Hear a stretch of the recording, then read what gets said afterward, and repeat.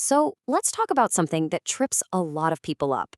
You might think that the moment you get sober, life is going to feel, well, amazing, peaceful, purposeful, you name it. But for so many people, that's just not what happens. Instead, there's this weird, flat feeling, an emptiness, where all the excitement used to be. In this explainer, we're going to dig into exactly why that is, and more importantly, what the path back to actually feeling good looks like. And if that quote resonates with you, I really want you to hear this. You are not alone. Not even close. Feeling this way is a completely normal, even predictable part of your brain healing. It doesn't mean you're doing something wrong or that sobriety isn't working. It just means your brain is in the middle of a massive and very necessary repair job.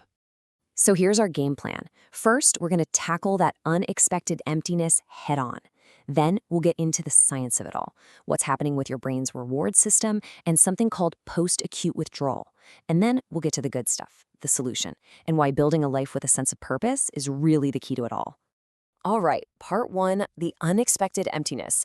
Let's really talk about that blah feeling, that strange gray period that can settle in right after you get sober, where it feels like all the color has been drained out of life.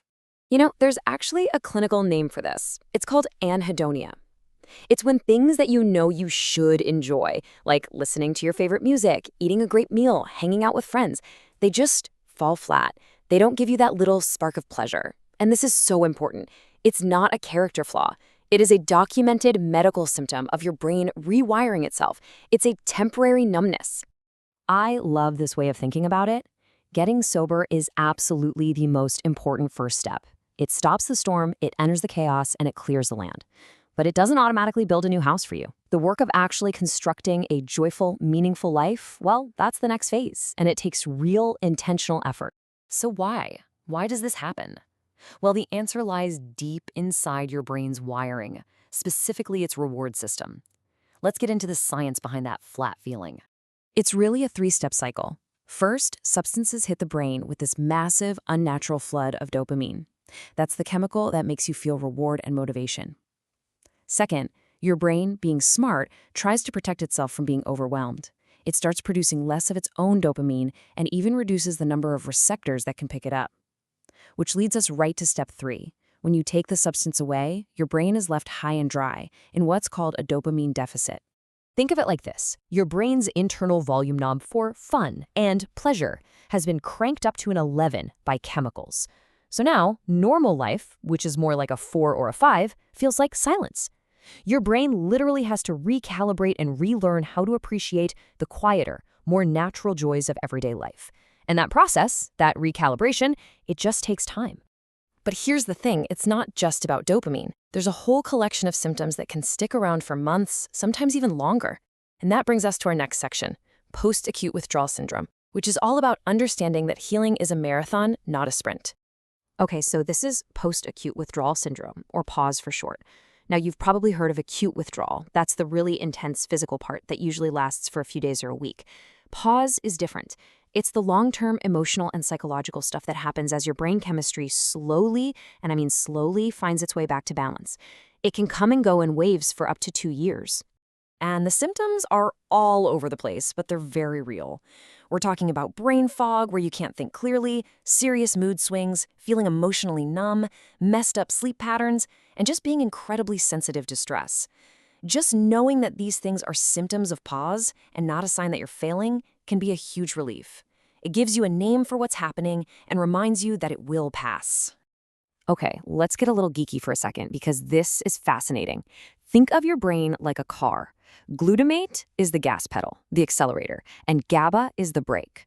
During withdrawal, your brain is basically slamming on the gas pedal. Glutamate is in overdrive, which is why you feel so much anxiety.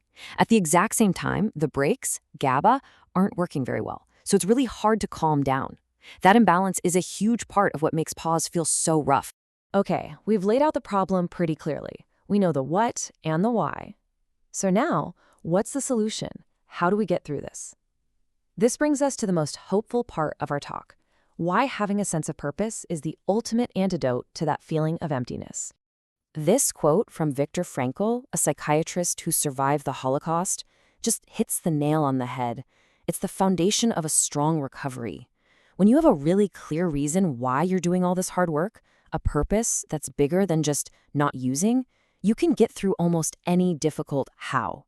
That why becomes your North Star. And this isn't just a nice, fluffy idea. Purpose has real, concrete benefits. It gives you something to hold on to when things get rocky. It lets you start building a new identity as a good parent, a talented artist, a reliable friend that has nothing to do with your past. It actually makes you more resilient to stress and cravings. And research shows it actively reduces depression and anxiety. So you're probably thinking, okay, great, find a purpose, but how?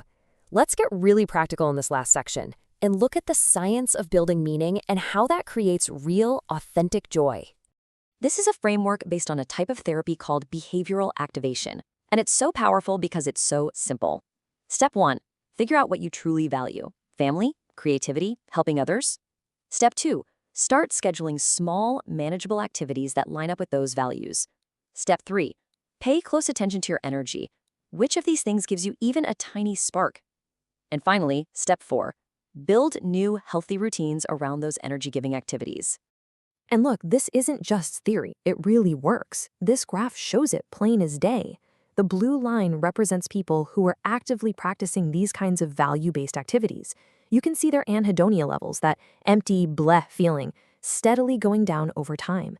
Taking small, purposeful actions, physically and measurably, heals your brain. And here's where it all comes full circle. When you engage in activities that feel meaningful to you, it's not just a mind trick. It has real, biological effects. It activates the exact same dopamine reward pathways in your brain that were hijacked by substances, but it does it naturally, gently, and sustainably. This is how you teach your brain to make its own happy chemicals again, making sobriety feel genuinely rewarding. Now, I have to be really clear about something. The return of joy isn't like a big firework explosion. It's much quieter than that. It's a slow, gradual buildup of tiny, meaningful moments. A good conversation, a walk in the sun, finishing a small project. This kind of joy is something you build, not something you borrow. And because of that, it's so much more real and so much more lasting. So at the end of the day, healing isn't just about subtracting something from your life. It's an act of creation. It's about consciously building a life that is so full of meaning and connection and purpose that the old life just doesn't have the same pull anymore. So the real question isn't just about not doing something today. It's about what small thing you can start building today.